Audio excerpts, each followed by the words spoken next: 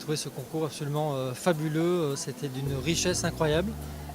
550 sakés à découvrir. Donc sur les jurys, ça faisait 88 sakés à découvrir et à noter chacun. C'était vraiment une expérience très très riche, avec beaucoup de diversité, une richesse de découvertes, de saveurs, de flavors absolument phénoménale. Et on a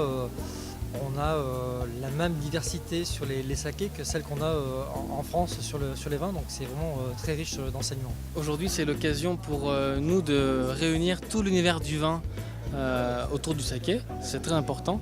Et ici, ça passe par les sommeliers, les producteurs, les maîtres de chai aussi qui sont importants pour nous.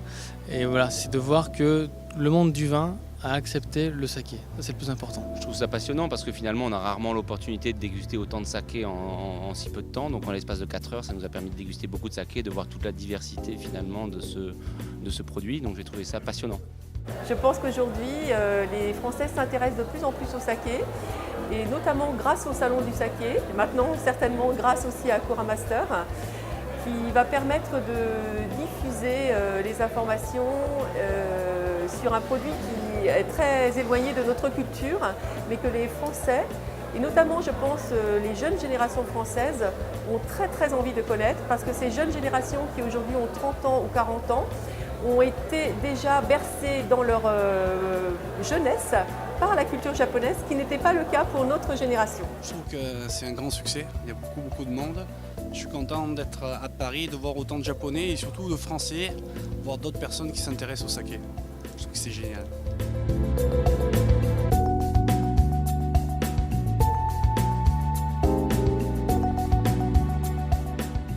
J'ai toujours eu un intérêt pour le saké japonais, j'en bois beaucoup et plus j'avance, plus je déguste et plus j'ai envie d'en boire et plus je découvre des nouveaux sakés et en fait ça suscite à chaque fois l'envie de redécouvrir des nouvelles choses et surtout de l'associer avec la cuisine française. Et là ça devient vraiment très intéressant. Mon avis n'a pas changé, c'est-à-dire que j'ai toujours eu cette passion pour cette boisson fantastique et là je suis très heureux de voir que d'autres personnes ont réussi à comprendre aussi cette boisson. Ça c'est le plus important.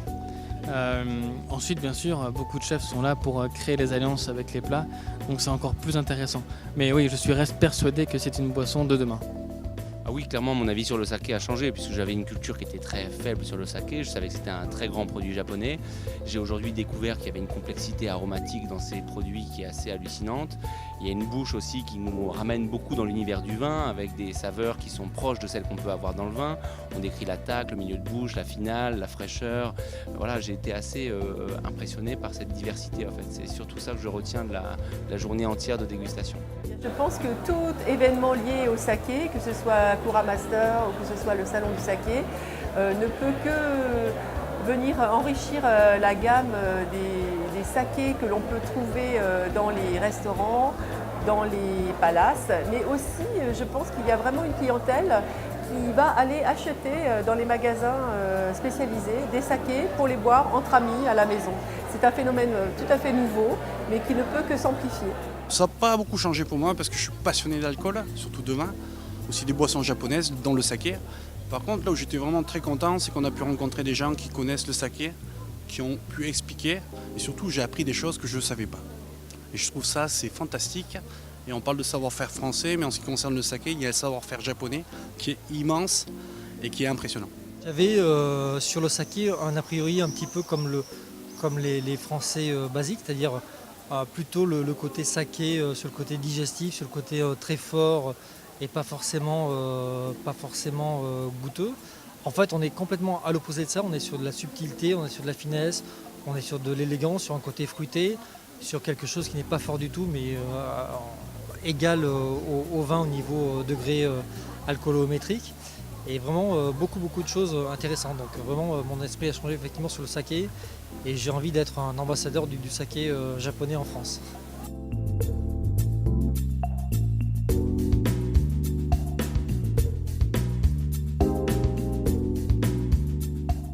C'est certain, parce que l'idée ici c'est de démontrer au grand public que la profession du vin a accepté cette boisson. Donc je pense qu'à partir de maintenant, on va beaucoup plus accepter cette boisson. Les Français vont être rassurés de voir que les gens du vin ont accepté la boisson. Ça, c'est important. Ah oui, je pense que c'est fort probable, puisqu'en fait, il y a une gastronomie en France qui est très variée, avec beaucoup de types de plats, beaucoup de types de produits. Et donc, je pense que le saké a très probablement sa place ici en France, dans la gastronomie française, mais aussi dans tous les restaurants finalement qui s'ouvrent et qui sont d'une gastronomie étrangère. Je pense à la gastronomie japonaise, à la gastronomie italienne, espagnole. Voilà. Je pense qu'aujourd'hui, on mange des plats variés un peu partout dans le monde et du coup, il faut y associer des produits variés. Le saké en fait partie. Alors c'est à nous, sommeliers, de faire effectivement découvrir aux Français le potentiel des sakés japonais sur des accords avec des plats et ne pas simplement limiter le saké sur soit du digestif, soit de l'apéritif, mais vraiment montrer à nos clients la richesse qu'on peut avoir sur les accords entre le saké et des plats, avec toute la richesse de plats qu'on peut avoir, aussi bien sur de la cuisine française, sur de la cuisine italienne, sur de la cuisine espagnole. Vraiment, il y a une grande diversité de possibilités d'accords qui est possible avec les sakés japonais.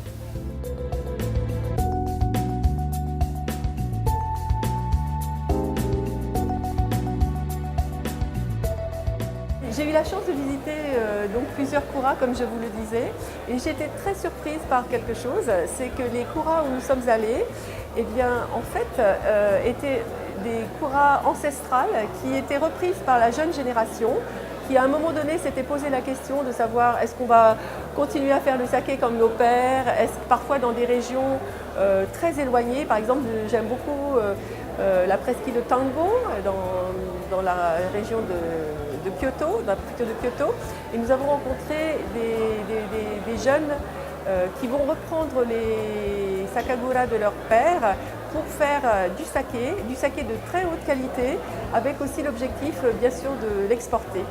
Voilà, donc j'espère que plus aucune sakagura ne fermera au Japon, et parce que nous attendons beaucoup des sakagura japonaises pour nous faire goûter les meilleurs sakés. Merci à tous pour votre soutien, merci d'être parmi nous. Nous sommes ici en France pour vous promouvoir, pour vous aider parce que nous aimons ce que vous faites. Continuez comme ça, la France vous aime beaucoup.